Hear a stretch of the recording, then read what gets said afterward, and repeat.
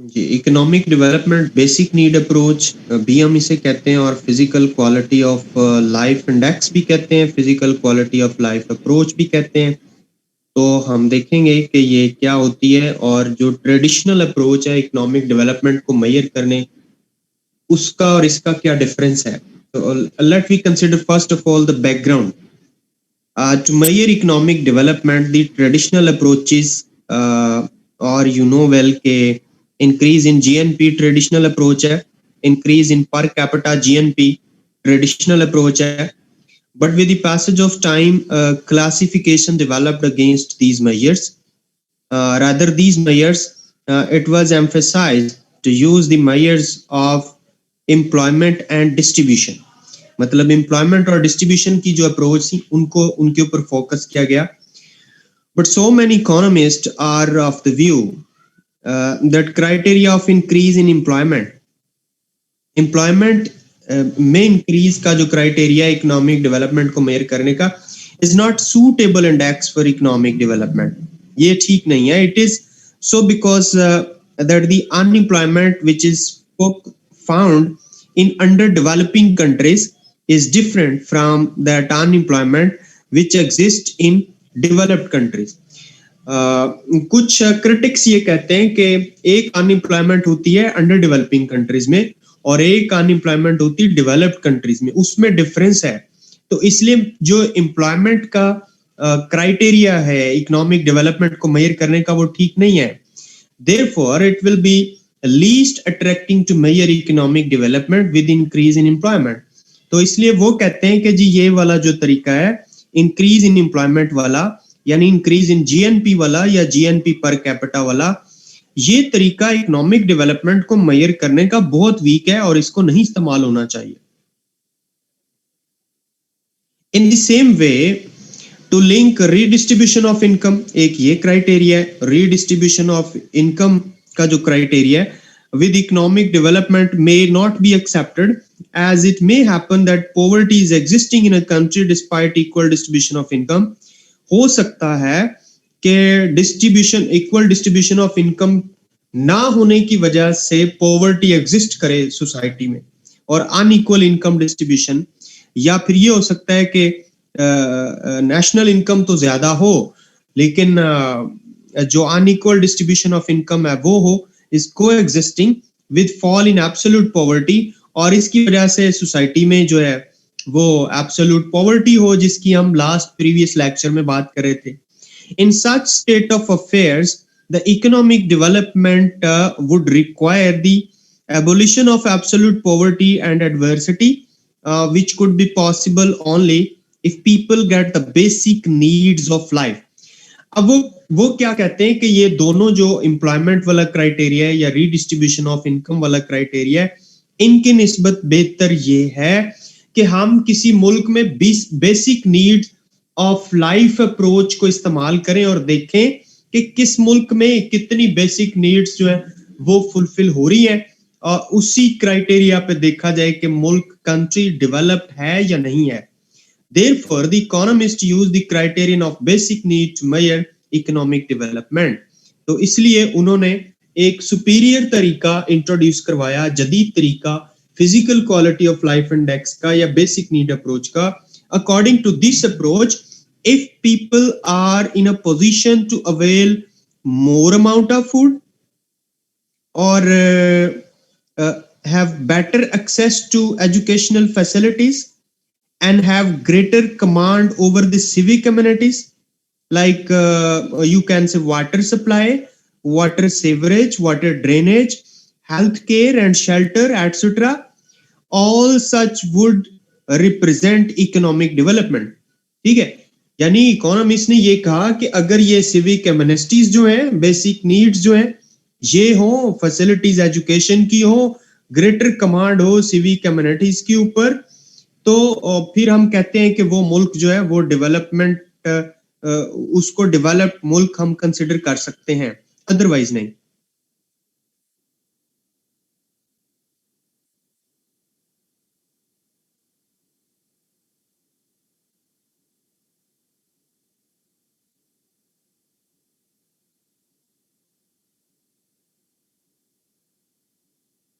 जी, मतलब देखो ना, जैसे-जैसे मतलब जो सोसाइटी है या दुनिया या ग्लोब की बात करें, जैसे-जैसे लोग मतलब थोड़े तहज़ीब याफ़्ता होते गए, सिविलाइज़ होते गए, वैसे-वैसे नए-नए मेथड्स आते गए इकोनॉमी को रीड करने के, इकोनॉमिक डेवलपमेंट को मेज़र करने के। सबसे पहले जीएनपी क्राइटेरिया था, फिर जीएनपी पर कैपिटा आया, फिर एम्प्लॉयमेंट क्राइटेरिया आया यानी प्रोडक्शन वाला, प्रोडक्शन और कंज़म्पशन वाला। फिर उसके बाद कई मुल्कों ने सोचा कि प्रोडक्शन कंजम्पशन कुछ मुल्कों में कुछ और भी तो चीजें हो सकती है ना। ये अभी मैं कंपैरिजन एंड पे करूंगा ना तो आपको आइडिया होगा। एंड पे फिर इकोनॉमिस्ट आए और जो आजकल वैसे मोस्टली जो यूएन भी जिसको इस्तेमाल करता है और ग्रेट नेशंस करती हैं, वो provision of basic need facilities to the people, ये क्राइटेरिया या physical quality of life index का ये जदीद तरीका इकोनॉमिक डेवलपमेंट को मेजर करने का उन्होंने ये अडॉप्ट किया। और यहाँ पे हम यही कंपैरिजन कर रहे हैं कि जो बेसिक नीड अप्रोच है वो बेहतर है, वो सुपीरियर है। और किन ग्राउंड्स पे बेसिक नीड अप्रोच को लॉन्च किया गया फॉर मेजरिंग इकोनॉमिक डेवलपमेंट, ये हमारा असल में सब्जेक्ट मैटर है आज के लेक्चर का। तो therefore according to this approach of basic need, whether GNP as or per capita GNP increase or not, whether a fairer distribution of income is made or not, the real matter lies with the provision of basic need or facilities to the people. बाकी सारी चीजें एक तरफ, देखना ये है कि basic needs जो है वो लोगों को मिल रही हैं, फैसिलिटीज मिल रही हैं या नहीं मिल रही। This index identifies the components of produced goods and the segments of society which are benefited such as goods and services. मतलब बेसिक नीड्स में ये देखा जाता है कि लोगों को जो बुनियादी गुड्स हैं या सर्विसेज हैं वो उनको अवेलेबल है, वो उससे इस्तेफादा कर रहे हैं या नहीं कर रहे। Therefore, if people fail to get more goods and services, even GNP has gone up. ऐसा हो सकता है ना फरूक साहब, ऐसा हो सकता है ना कि जीएनपी किसी मुल्क की बढ़ जाए लेकिन लोगों को जो बेसिक नीड्स हैं, गुड्स और सर्विसेज हैं, लोगों को वो ना मिले। ऐसा पॉसिबल है ना। It will not represent economic development. तो ऐसा अगर होगा तो इसे इकोनॉमिक डेवलपमेंट तो नहीं कहेंगे। अब देखो जो जीएनपी है, जीएनपी को कैलकुलेट करने का मतलब ये है कि जितनी प्रोडक्शन हुई है उनकी प्राइसेस से मल्टीप्लाई कर दें, जीएनपी या जीडीपी आ जाएगी।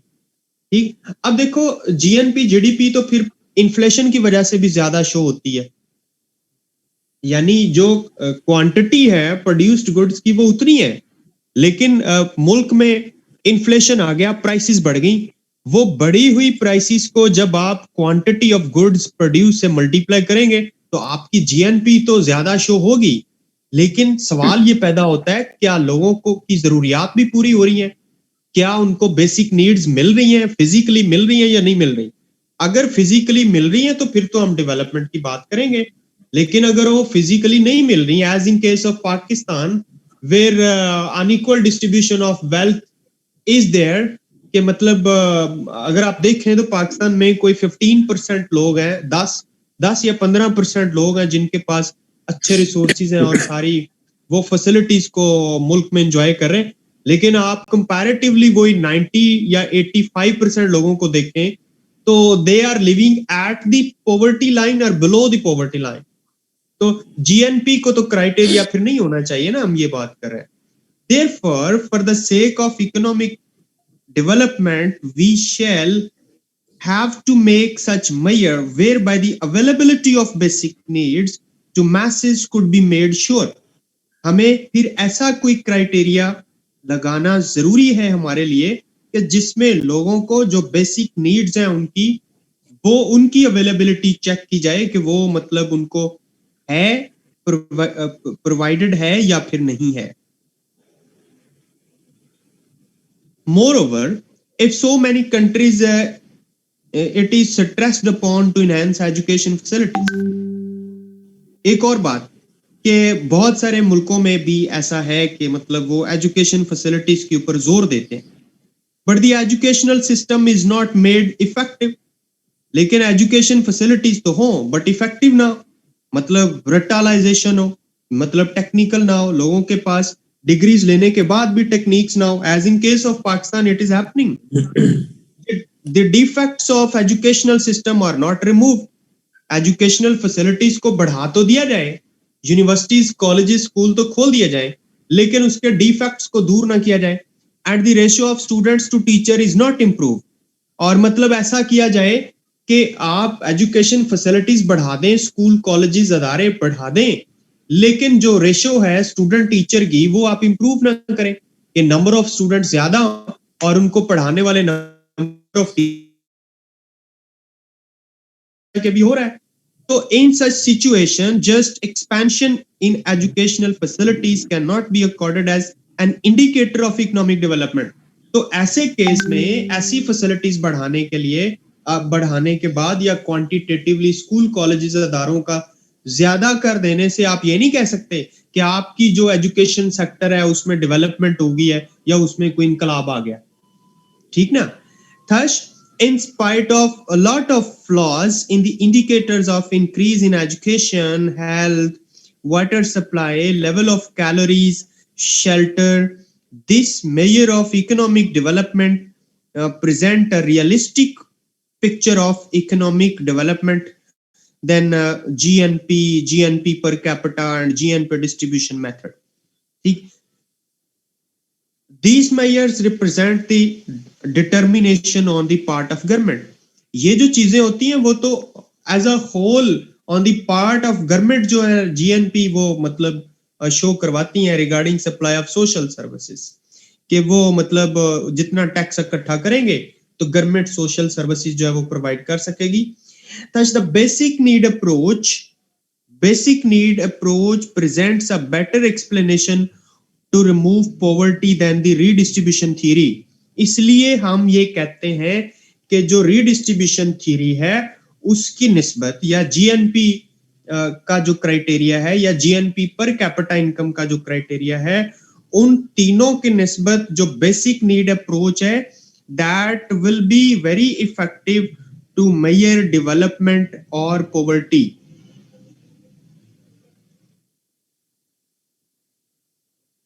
एग्री कर रहे हैं ना आप मेरी बात से? जी सर.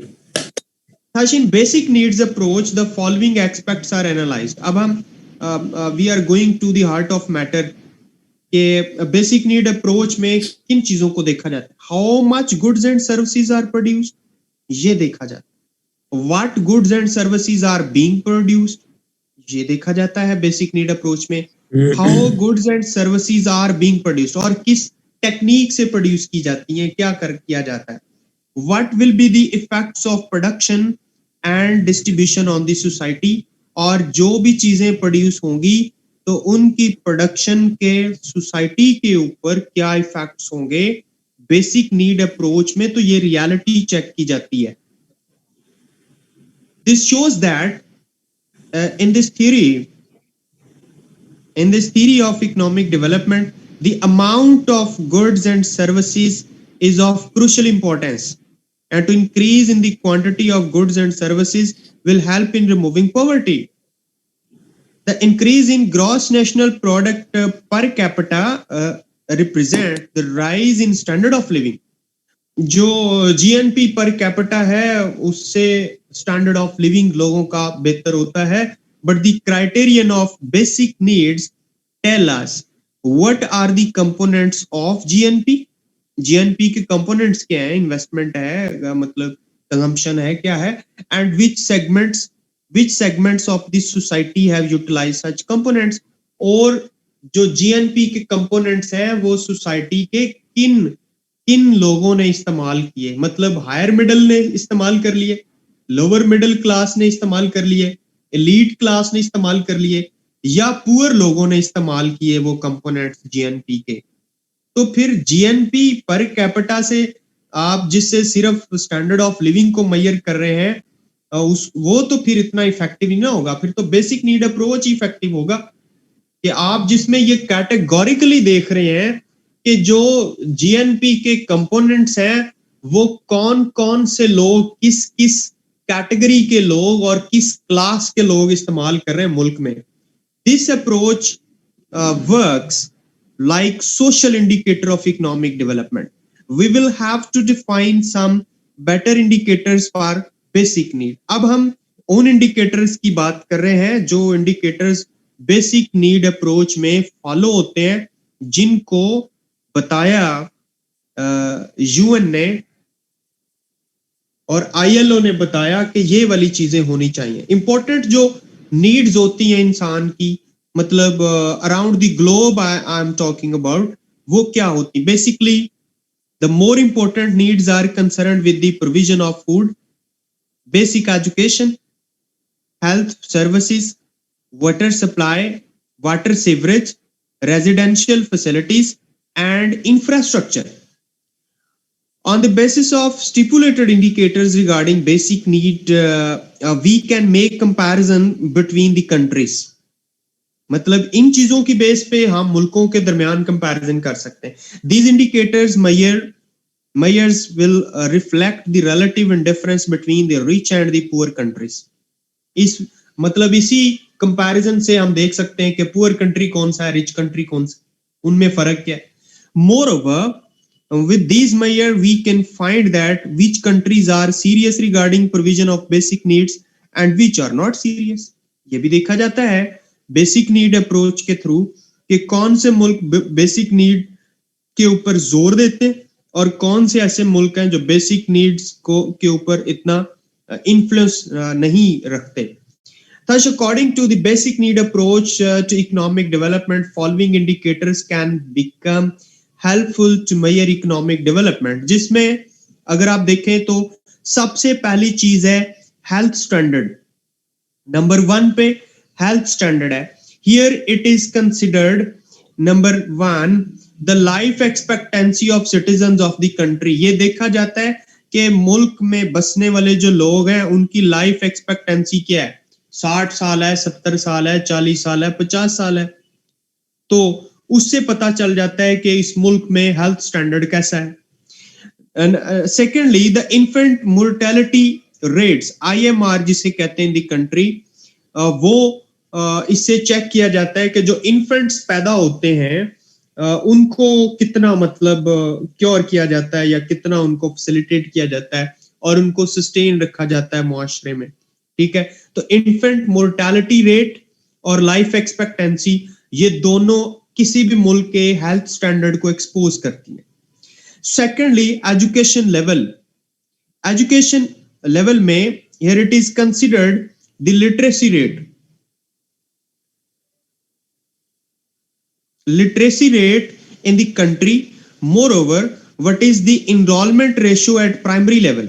एजुकेशन सेक्टर में दो चीजें देखी जाती हैं कि लिटरेसी रेट क्या है और प्राइमरी लेवल पे बच्चों की इनरोलमेंट कितनी है स्कूल्स के अंदर. तीसरे नंबर पे फूड अवेलेबिलिटी है. Food here it is considered that what is per capita food availability in the country. जैसे कि हम कैलोरीज की बात कर रहे थे कि मुल्क में पर कैपिटा फूड कितनी कैलोरीज जो है वो अवेलेबल है. नंबर 4 पे वाटर सप्लाई है. मतलब पर पर्सन फूड, आप मतलब कितनी कैलोरीज एक दिन में आप लेती हैं. अगर मेरी बात करें तो मैं कितनी कैलोरीज एक डे में लेता हूं, यानी हर एक पर्सन के बारे में बात हो रही है कि पर पर्सन जो है एक मुल्क में, अगर हमारे मुल्क में 22 करोड़ की पॉपुलेशन है तो 22 करोड़ में से हर एक इंडिविजुअली कितनी कैलोरीज लेता है, ये पर कैपिटा फूड अवेलेबिलिटी होती है. जितना भी फूड आइटम आपको अवेलेबल है फॉर ईटिंग, उसको आप पॉपुलेशन पे डिवाइड कर दें तो पर कैपिटा फूड निकल आती है. ठीक है, कैलोरीज की फॉर्म में. इसके बाद नंबर 4 पे वाटर सप्लाई है. तो what is the percentage of population which is getting the facility of clean water supply. Water supply भी बड़ा जरूरी है.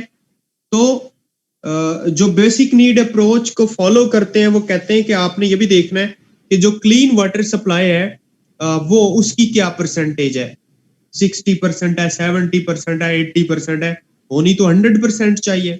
इसके बाद वाटर ड्रेनेज की बात करें तो here it is assessed that what is the percentage of population which is getting the facility of water drainage etc. तो आप ये देखें कि वाटर ड्रेनेज का जो निज़ाम है वो वैसे देख के आपको पता चल जाएगा, वो लाइक पाकिस्तान में, इंडिया में, बड़े शहरों में, छोटे शहरों में, कस्बों में, कि वाटर ड्रेनेज का निज़ाम क्या है और कैसा है, ठीक है? इसके अलावा नंबर 6 पे देखा जाए, मतलब ये जो कंटामिनेटेड वाटर होता है लोगों के घरों से, मतलब ये गटरों का पानी होता है, उसका ड्रेनेज करना होता है ना, बाहर निकालना होता है आबादियों से। तो अगर वो वहीं पे जैसे गटर खुले उबल रहे हैं, पानी गंदा कंटामिनेटेड वाटर गलियों में खड़ा है या मतलब कई खुले इलाकों में है, वहां पे बीमारियों का सबब तो नहीं बन रहा। ये देखा जाता है, ये बेसिक नीड्स अप्रोच में आता है कि आपने वाटर ड्रेनेज का सही मतलब अपने मुल्क से आपने इंतजाम किया हुआ है या नहीं किया हुआ। ये बेसिक नीड अप्रोच में आता है। हाँ, वाटर को ड्रेन, अभी भाई लाहौर में वासा किस लिए बनी हुई है? वाटर एंड सेवरेज जो अथॉरिटी बनी हुई है वासा, इसका काम यही है कि आपको क्लीन वाटर सप्लाई प्रोवाइड करे, और जो ड्रेनेज है कंटामिनेटेड वाटर की, वो मतलब सेफली उसको आउट करे आबादी से, ठीक है, पॉपुलेशन से, पॉपुलेटेड एरिया से। तो ये दोनों चीजें बेसिक नीड्स में आती हैं, वाटर ड्रेनेज और वाटर सप्लाई। इसके बाद हम हाँ, शेल्टर एंड रेजिडेंस की बात करें, तो here it is estimated that what is the ratio of the population who is having suitable shelter and residence। तो ये बेसिक नीड अप्रोच में आता है, ये चीजें देखी जाती हैं। ये अगर किसी मुल्क में हो, मतलब प्रॉपरली 100% हो, तो उस मुल्क को आप कह सकते हैं कि that country is developed.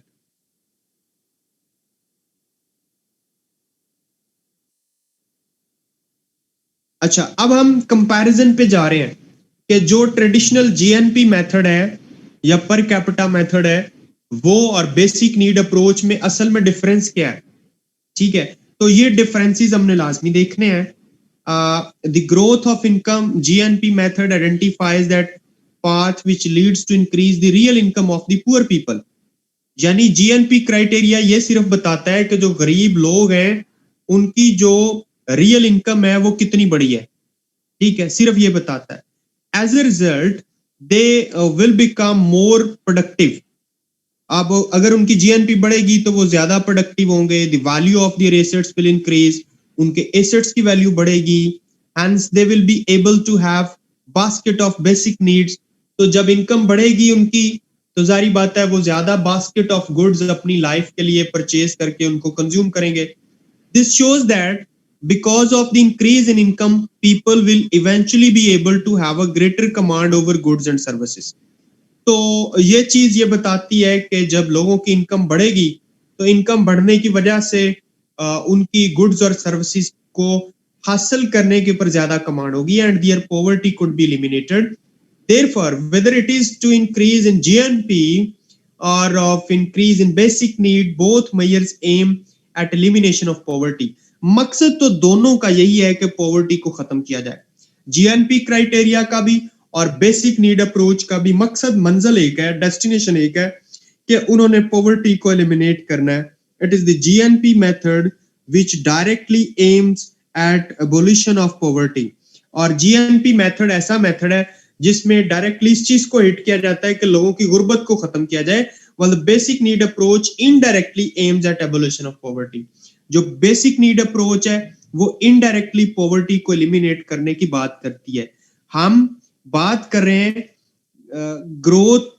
Growth of GNP versus basic need approach की, कि मतलब ये जो दोनों मेथड्स हैं मेजरिंग इकोनॉमिक डेवलपमेंट, इनमें डिफरेंस क्या है, हम वहां तक पहुंचे हुए हैं। Know the increase in basic need, like अगर हम जीएनपी के कंपैरेटिवली बेसिक नीड की बात करें, the increase in basic need like education, food, health care, shelter, clean and piped water and water drainage facilities will become helpful in increasing productivity। तो इसमें their health standard will improve। इसकी वजह से होगा क्या? इसकी वजह से ये होगा कि लोगों का हेल्थ स्टैंडर्ड इंप्रूव होगा। their life expectancy will be increased। तो उनकी जो लाइफ एक्सपेक्टेंसी वो बढ़ जाएगी, मतलब 40 साल है तो 50 साल हो जाएगी या 60 साल हो जाएगी। they will be able to work more diligently. तो जब उनका हेल्थ स्टैंडर्ड बेहतर होगा और उनकी लाइफ एक्सपेक्टेंसी ज्यादा होगी तो वो ज्यादा डिलीजेंट काम करेंगे. Consequently, the output of both total as well as per head will increase. तो जो टोटल प्रोडक्टिविटी इकोनॉमी में वो बढ़ेगी और पर हेड जो आउटपुट है वो भी बढ़ेगी. अगर basic needs approach, basic needs जो है उनमें इनहेंसमेंट आ जाती है, एजुकेशन बेहतर हो जाए, फूड बेहतर हो जाए, हेल्थ केयर बेहतर हो जाए, शेल्टर, क्लीन पाइप्ड वाटर बेहतर हो जाए. ठीक है. The proponents of basic needs approach give the following superiority over GNP. अब हम इसकी superiority को, जो कि क्वेश्चन में पूछा जा सकता है कि elaborate the superiority of basic need approach to the traditional methods of measuring economic development, वो क्या है वो बताएं. तो number 1, the basic need approach is better than income approach because most of basic needs are concerned with the supply of social services on the part of government. देखो जी, जो इसके proponents हैं वो ये कहते हैं कि जी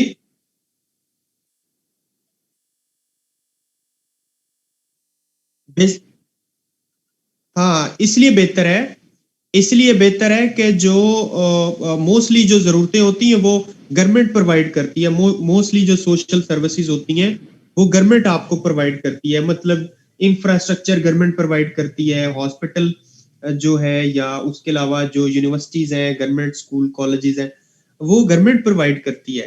तो वो बुनियादी जरूरियात में आता है. तो इसलिए बेसिक नीड अप्रोच जो है वो बेटर है देन इनकम अप्रोच. क्योंकि अगर इनकम अप्रोच पे चले जाएं तो फिर वो अपने अपने इंतजाम करने पड़ते हैं ना.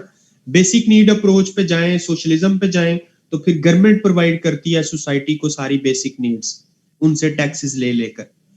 But for such all government is in need of funds. अब ये सारी फैसिलिटीज को पूरा करने के लिए गवर्नमेंट को फंड्स चाहिए होते हैं, and such funds can be raise through imposing direct taxes और टैक्सिंग द लग्जूरियस गुड्स. तो गवर्नमेंट क्या करती है कि वो लग्जूरियस आइटम्स जो होती हैं उनके ऊपर टैक्स लगा देती है, डायरेक्ट टैक्सेस लगाती है, पैसे इकट्ठे करती है ताकि बेसिक नीड्स को प्रोवाइड किया जाए. In this way on one side the unnecessary consumption will be controlled and unequal income distribution could be checked. Moreover, the efficiency of middle and lower middle class will be increased when they will be provided greater social services. In this way, the fruits of economic development could be availed by a majority of population. अगर government ये strategy basic need की लगाती है तो उसकी वजह से economic development का फ्रूट majority of population को मिलेगा, ना कि minority of population को मिलेगा. As in case of Pakistan where it is followed the GNP criteria of measuring economic development, यहाँ पे क्या है, minority के पास पैसा ज्यादा है, minority के पास facility ज्यादा है, और majority जो है living below the poverty line. So that's why this criteria has been criticized on the ground.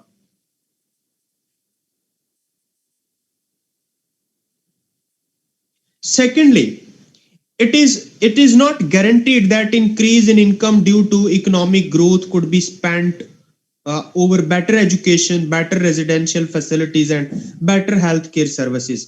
भाई अगर जीएनपी अगर बढ़ जाए तो इसका क्या मतलब गारंटी है कि वाकयातन सोशल सर्विसेज उसके बढ़ने की वजह से मिल जाएंगी, बेहतर एजुकेशन मिल जाएगी, बेहतर रेजिडेंशियल फैसिलिटीज मिल जाएंगी.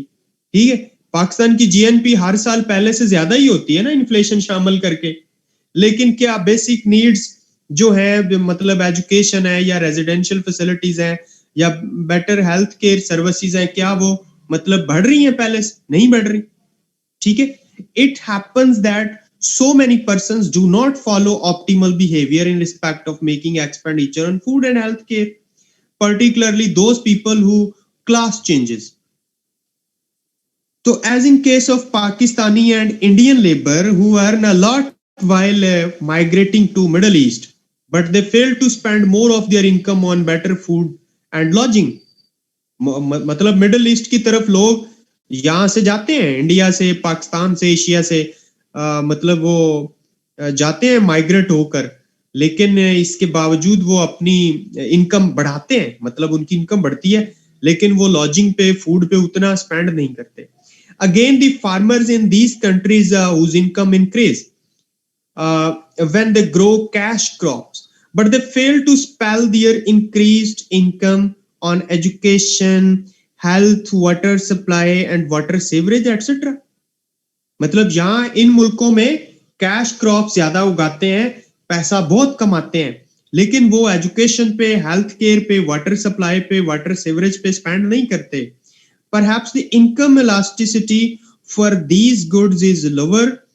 So in such situation, basic need approach will present a better picture of economic development than GNP approach. ये दूसरा डिफरेंस है, दूसरी superiority है जो आपने देखी, the basic need approach over the GNP criteria.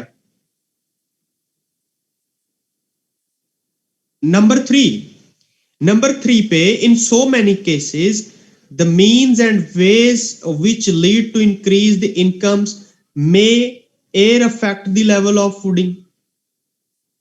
As due to economic growth, the women have to work out of their houses and they will be reduced breastfeeding.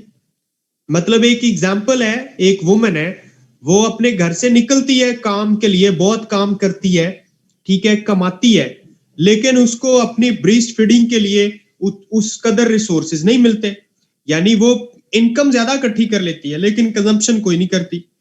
Consequently, the health standards of offsprings will be affected, though the income of the mothers have gone up.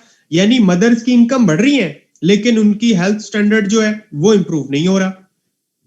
So the economic development may lead to increase the production of cash crops at the cost of decrease in the production of food staples. यानी इसका मतलब ये है कि economic development achieve की जा रही है, एक तरफ जो फूड स्टेपल्स हैं, मतलब जो लोगों की फूड है या उनकी जो रिक्वायरमेंट्स हैं, उनकी हेल्थ को पसे पुश्त डाल के, सेविंग करके, जो जिंदगी पे खर्च होना है वो खर्च नहीं कर रहे, बल्कि उसको इकट्ठा कर रहे हैं, नेशनल इनकम को अपने ऊपर स्पेंड नहीं कर रहे. तो in such situation the economic development will lead to reduce the production and consumption of sugar, wheat and maize. तो जब ऐसा करेंगे तो जारी बात है वो शुगर कम स्पेंड करेंगे, वो व्हीट कम स्पेंड करेंगे, वो मेज को कम स्पेंड करेंगे, उनकी जो कंजम्पशन है वो कम होगी. वो सिर्फ पैसे इकट्ठे करेंगे कि हमारा फ्यूचर बेहतर हो जाए और हमारी इकोनॉमी जो है ना वो डेवलप हो जाए. तो those lands which used to produce maize now will be utilized for dairy farms. In this way, the production of cheaper food will come down. The hydroelectricity projects will lead to increase the income of the country, but the canal system in the country will promote waterlogging and salinity in the country. They will reduce the fertility of land. So as a result, the cost of hydroelectricity project may exceed their benefits. यानी क्या करते हैं कि जी वो जो मतलब grow कर रहे थे क्रॉप्स को, कैश क्रॉप्स को, वो कम कर देते हैं और उसकी जगह पे वो हाइड्रो इलेक्ट्रिसिटी को प्रोजेक्ट लगा देते हैं कि बिजली प्रोड्यूस हो. तो उस जब रिसोर्सेज को शिफ्ट करेंगे तो जो लैंड्स हैं वहां पे वाटर लॉगिंग और सैलिनिटी के मसाइल आ जाएंगे, वहां से प्रोडक्शन कम हो जाएगी, तो जो हाइड्रो इलेक्ट्रिसिटी प्रोजेक्ट है उसकी कॉस्ट बढ़ जाएगी.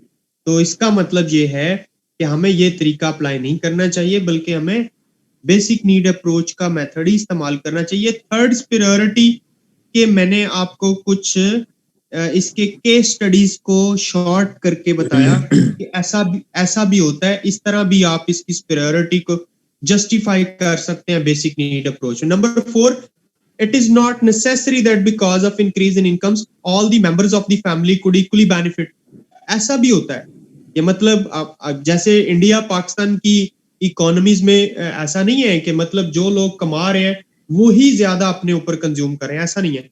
Sometimes the major share is taken away by the women and children who have not contributed to earning, as the case of Pakistani and Indian men. In such situation, the division of income and food will not occur on the basis of work. यानी जो काम करने वाला है वो अपने ऊपर कम spend कर रहा है, लेकिन अपनी जो खातून है, उसकी बीवी है या बच्चे, उनके ऊपर ज्यादा स्पेंड कर रहा है, ठीक है। तो ये चीज तो मतलब नहीं ना, जस्टिफाइबल नहीं है ना। जो कमाने वाला है उसके ऊपर खर्च नहीं हो रहा, लेकिन जो नहीं कमा रहे एट ऑल, जो पार्टिसिपेट नहीं कर रहे इकोनॉमिक एक्टिविटीज में, उनके ऊपर ज्यादा खर्च हो रहा है। तो इसलिए भी ये क्राइटेरिया बेहतर नहीं है, बल्कि जो बेसिक नीड अप्रोच है वो क्राइटेरिया बेटर होगा ओवर द जीएनपी क्राइटेरिया।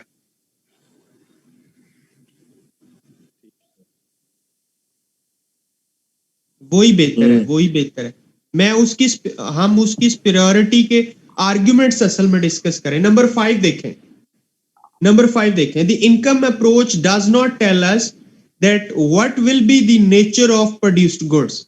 ये इनकम अप्रोच बताती है if along with increase in GNP those goods are produced or imported which are consumed by rich class, then only a limited segment of society will be benefited by increase in GNP। यानी GNP या income approach पे हम जाते हैं तो अगर ज्यादातर चीजें ही वो ही प्रोड्यूस की जाए, मतलब कारें, हेलीकॉप्टर, लामोजीन, फरारी, ऐसी चीजें प्रोड्यूस की जाए जो रिच क्लास इस्तेमाल करती है, तो जीएनपी तो बढ़ेगी, लेकिन जो गरीब लोग हैं उनकी तो जरूरतें नहीं ना पूरी होंगी उससे। On the contrary the basic need approach selects the appropriate final goods and guides in respect of appropriate techniques of production to produce such goods. In such situation, the employment opportunities will increase, income will distributed equally and optimum and the balanced demand for goods will come into being in this society due to basic need approach। ठीक है ना। इसलिए यहां भी ये एक पांचवा argument है, superiority of basic need approach over GNP और income approach। Number 6, in each society there are so many destitute orphans, old aged and ailing persons who do not contribute to national output of the economy and they depend upon transfer of payments, जैसे कि unemployment allowances हैं या मतलब ज़कात fund होता है, ठीक है, ट्रांसफर ऑफ पेमेंट्स के ऊपर वो चल रहे होते हैं। If even along with increase in GNP there poverty does not come down, then it will be better to use basic need approach rather than GNP approach to measure economic development। और last one जो इसका comment है, superiority over GNP method, वो है ये, the increase in income or GNP only becomes possible due to increase in outputs of the society, whereas it ignores the production and consumption of immaterial goods। देखो हम सिर्फ कोई material goods के ऊपर तो खर्च नहीं ना करते। तो as in GNP approach suggests that the immaterial goods and services like recreation है जैसे, यानी कोई आप रिसर्च करते हैं, मेंटल पीस है and participation in social and political affairs do not add anything to national output।